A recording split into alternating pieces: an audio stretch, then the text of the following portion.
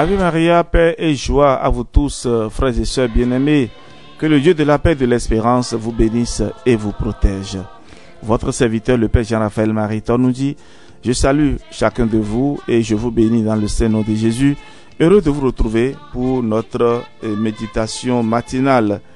Alors, dans la dernière méditation, je parlais donc de l'action de grâce. L'importance de s'entretenir avec le Seigneur après la messe, après la Sainte Communion. Dans certaines églises, il est de coutume, d'habitude, de réciter des prières après la messe.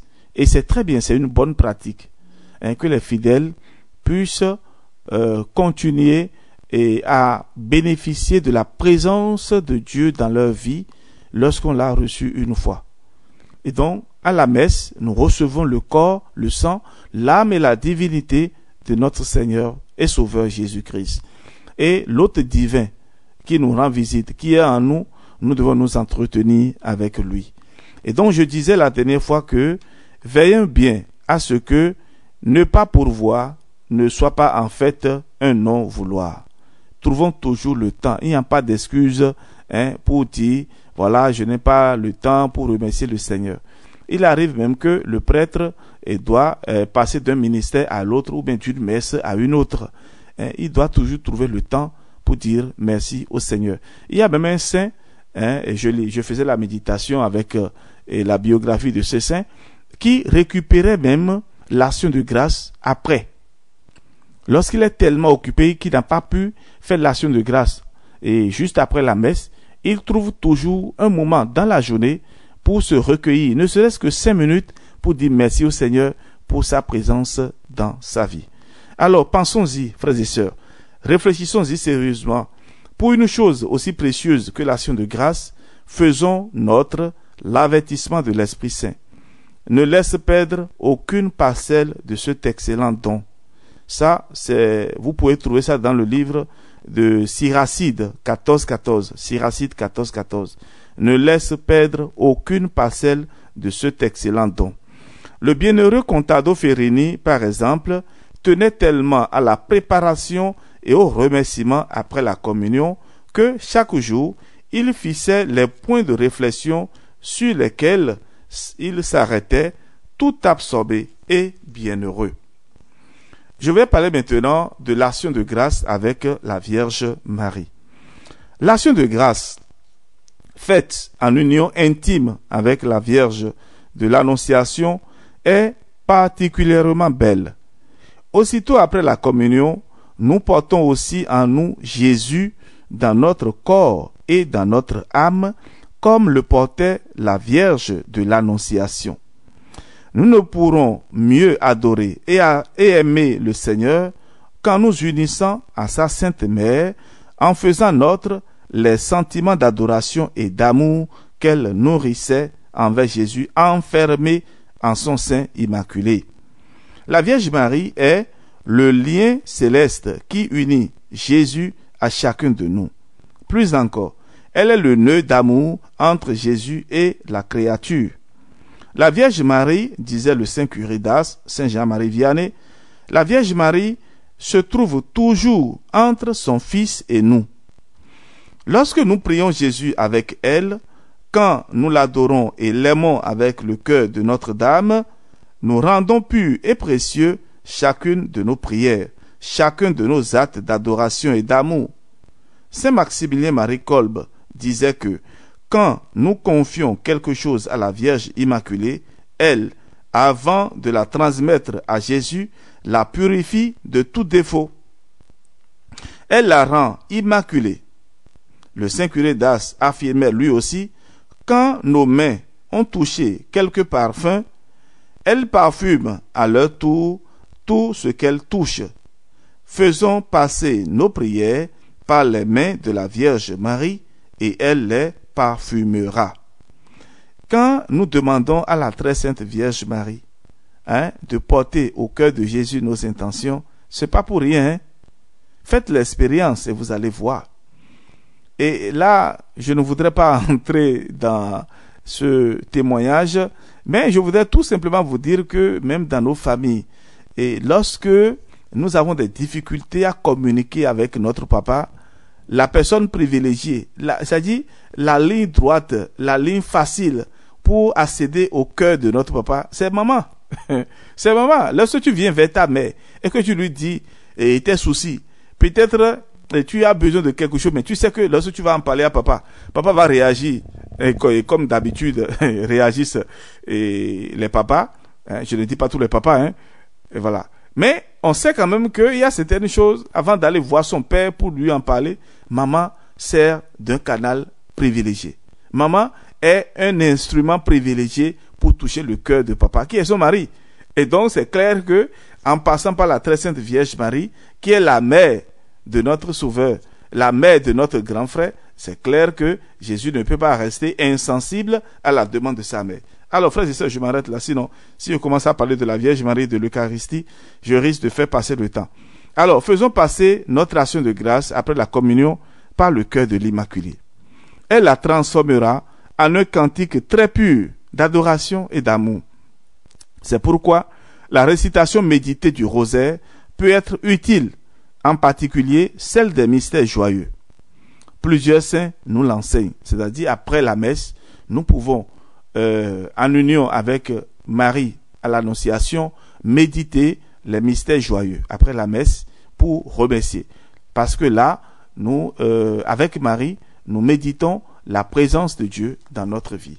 Alors, frères et sœurs, de fait, qui donc serait capable de connaître parfaitement la divinité de Jésus, de l'adorer, de l'aimer et de se laisser diviniser comme le fit la Vierge Marie, Notre-Dame de l'Annonciation? Qui sera capable de porter Jésus vivant en soi et lui rester profondément uni dans l'adoration et l'amour comme la Vierge dans le mystère de la visitation? Qui pourra pleinement accueillir Jésus pour l'engendrer, le donner aux autres, comme le fit la Vierge à la grotte de Bethléem? Essayons nous aussi, en restant unis à la Vierge, d'aimer Jésus avec son cœur immaculé. Voilà, frères et sœurs, ce que je tenais à partager avec vous concernant l'action de grâce. Et ainsi, nous fermons donc cette page, ce thème, et je voudrais, dans la suite de notre méditation, et parler donc du viatique pour le ciel. Et les personnes âgées, ou bien les personnes malades en agonie, qui reçoivent la communion, le pain des forts, le pain des voyageurs. Alors, dans la vie de Saint Vincent de Paul, on lit qu'un jour, après avoir rassemblé ses prêtres, il leur demanda: « Avez-vous célébré la messe ?» Tous répondirent affirmativement. Alors reprit le saint: « Je puis vous dire de quoi il s'agit. Il a besoin de prêtres prêts à quitter leur patrie, leur famille, leurs amis, et à partir en exil dans un pays inhospitalier pour parler de Dieu à des populations sauvages, pour y mourir ensuite certainement misérablement. » Tous ces prêtres, ardents pour l'amour du Christ, s'offrirent aussitôt et généreusement pour cette dangereuse mission du salut des âmes. Il devait être inutile de dire que Jésus Eucharistie est pour nous tous le vrai pain des forts, la nourriture des héros, le soutien des martyrs et le réconfort des agonisants. Frères et sœurs, pour encourager les fidèles à la Sainte Communion contre les erreurs protestantes, Saint Robert Bellarmine prêchait ainsi, nous citons: « Le pain de froment qui nourrit nos corps ne se prépare pas avec tant de travail, uniquement pour le contempler. Il est fait pour être mangé. Ainsi, le pain de vie, le pain des anges, n'est pas offert seulement à notre adoration et à nos hommages, mais il nous a été donné comme nourriture. Allons donc à cette nourriture pour nourrir nos âmes et les fortifier. » Fin de citation. Dans l'Eucharistie, frères et sœurs, Jésus nous réitère ses appels pleins d'amour à nous qui sommes tourmentés et fatigués en cette vallée de l'âme. « Venez à moi, vous tous qui peinez sous le poids du fardeau, et moi, je vous procurerai le repos, » nous dit Jésus dans Matthieu 11, 29. Il est vrai, frères et sœurs, que la vie de l'homme sur la terre est une corvée, comme disait Job. Il est vrai que ceux qui suivent Jésus seront persécutés, comme le Seigneur lui-même l'a dit dans Matthieu 5, 10, 2 Timothée 3, 12. Il est aussi vrai que ceux qui sont au Christ Jésus ont crucifié en eux la chair avec ses passions et ses tendances égoïstes. Galates 5, 24. Mais il est vrai aussi qu'avec Jésus, je puis tout. Philippiens 4, 13. Parce que Jésus est tout. Et dans la communion, il se fait véritablement tout à fait nôtre. Et alors, qu'ai-je à craindre? Je puis dire avec la servante de Dieu, Louise Marie Claret de La Touche, celui qui maintient le monde en place est en moi. Le sang de Dieu circule dans mes veines. Ne crains rien, ô mon âme. Le Seigneur du monde t'a prise dans ses bras et il veut que tu reposes en lui. C'est pourquoi Saint Vincent de Paul pouvait demander à ses missionnaires, lorsque vous avez reçu Jésus en vous, peut-il y avoir un sacrifice qui vous soit impossible? Point d'interrogation. Saint Vincent Ferrier, pendant les 2 années de captivité qu'il dut supporter, pouvait dire également, je me sens pleinement réconforté, je déborde de joie au milieu de toutes mes détresses. Parce qu'il put obtenir de célébrer chaque jour la messe, malgré les fers, les chaînes et l'obscurité de la galère.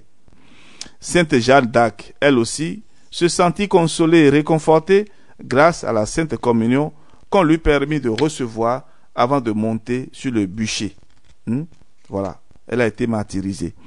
Lorsque Jésus fut dans son étroite prison, malgré les chaînes, la Sainte se mit à genoux, reçut le Christ et se recueillit dans une profonde prière. À peine appelée pour aller à la mort, elle se leva et se mit en route sans interrompre sa prière, monta sur le bûcher et mourut au milieu des flammes, toujours unie à Jésus qui demeurait dans son âme et dans son corps immolé. Frères et sœurs, que le Dieu de la paix et de l'espérance nous accompagne tous et que, avec ces méditations, nous soyons des chrétiens ressuscités, prêts pour aller au combat, même jusqu'à verser notre sang. Que Dieu notre Père vous bénisse et vous protège, au nom du Père et du Fils et du Saint-Esprit. Amen. N'oubliez pas de laisser toujours des commentaires et pour ceux qui nous suivent sur les réseaux sociaux. Et aussi, vous pouvez nous écrire par WhatsApp, plus 229 67 20 14 14. Et pour ceux et celles qui désirent recevoir directement sur leur téléphone, nous avons des groupes WhatsApp dans lesquels nous partageons donc ces méditations pour permettre à tout le monde de recevoir et donc la lumière de Dieu et de recevoir la parole de Dieu dans votre vie. Que Dieu notre Père soit notre force et notre joie, aujourd'hui et toujours. Amen.